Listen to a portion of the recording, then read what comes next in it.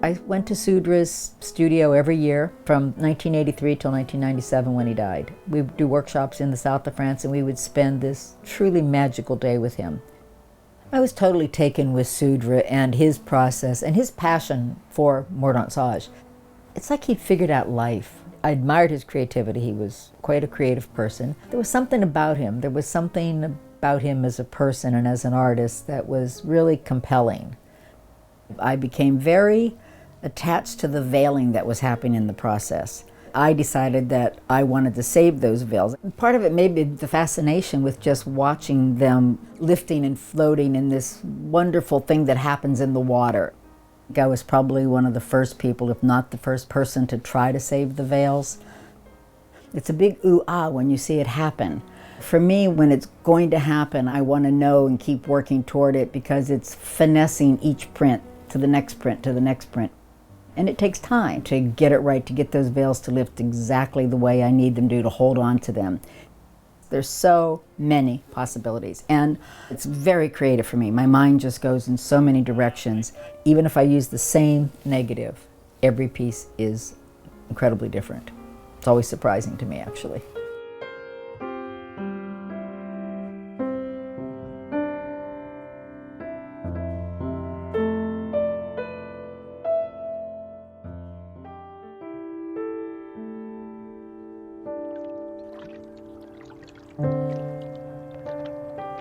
This water that's going back and forth right now, that's actually cleaning the surface of the print underneath it.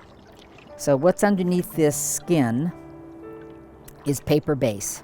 It is being cleaned right now. I'm washing away the Mordancage solution. That's the dirty haze, that's chemical. So I need all those chemicals to go away, which is why it's so critical to wash a lot. Because if you don't wash well, when you put it into the developer, you'll get stains. So this is a 20-minute meditation in washing and waiting and watching. All the possibilities.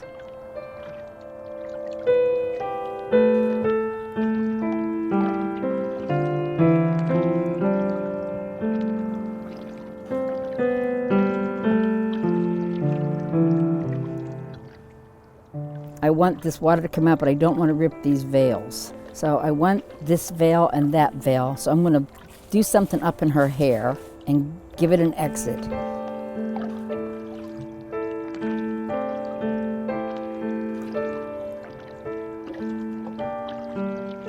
And so that veil ripped a little bit, but you can see it coming out here. Because I'm going to have to wash some more, but I'm trying to get rid of some of that chemical that's underneath there in a delicate way, and let fresh water go in and come out again. So it exits. Isn't that cool? And it broke. Okay, so the skin broke there, and I don't want it to break up at the top because I want to save that as her hair.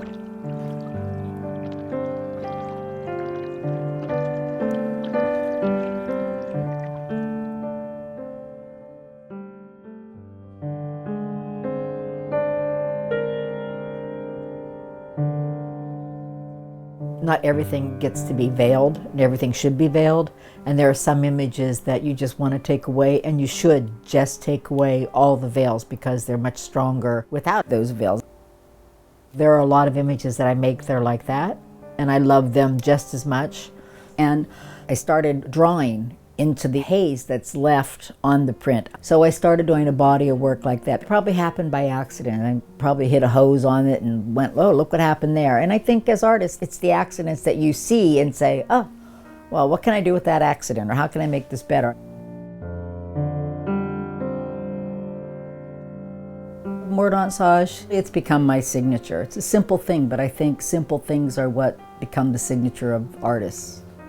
I fell in love with it and I was passionate about it and I spent my time. There's something to be said for that in life. If you're passionate about what you do, you'll continue to do it and you'll continue to do it with joy. If I had to say that any one thing affected me the most in my life, it would have been my time spent in Provence.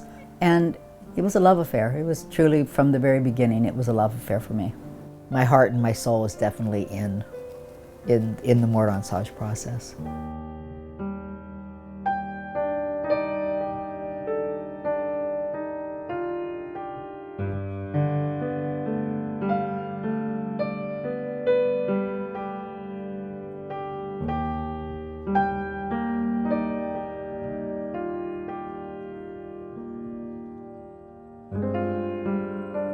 I started this new body of work maybe 2 years ago called Reflecting on the Edge. It was done in the pool, and it really became very much about the reflections in the pool. It's already a very complicated image as I'm making it, and my intent initially was to take those images and do them in Mordancage, but when I took them into Mordancage, they didn't work. They were too complicated. There was too much happening with all the reflections, and I did maybe a half a dozen pieces and decided, no, that work is going to be color and live that way and be about the water and the reflections. They're like paintings. Each one of them is like a painting.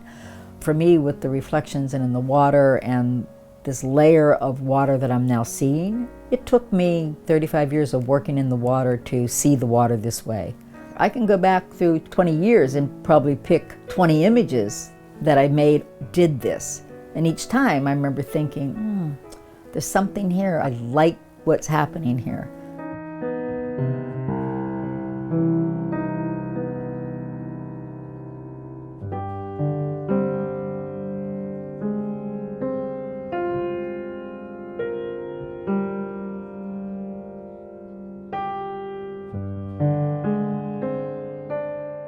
What I want to see in this one is more the reflection that's happening on top of the water that's coming off of the edge of these pools. It in itself is making a really exciting pattern and really beautiful energy. So don't move your hands so much. You're just down there and find yourself in a beautiful pose of some way and kind of just hold it.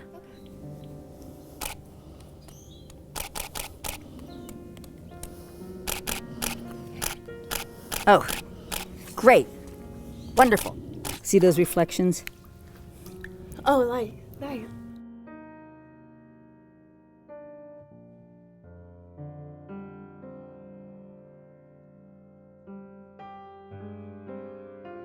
Some of that work is about my vision that's a little skewed. I like this strange two faces, very big hips, very Botero looking.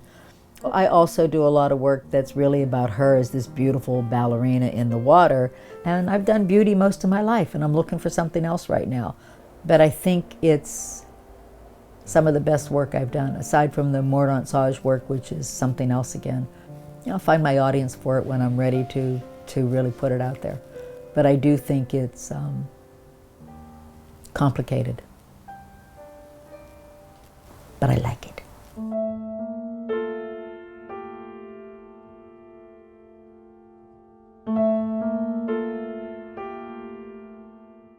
As with any process, I think you have to make it your own. I think as an artist, you have to. I think it's a cop-out if you just take what somebody does and copy them. So I never wanted to copy what Sudra did. I so admired it, and that's my respect for it.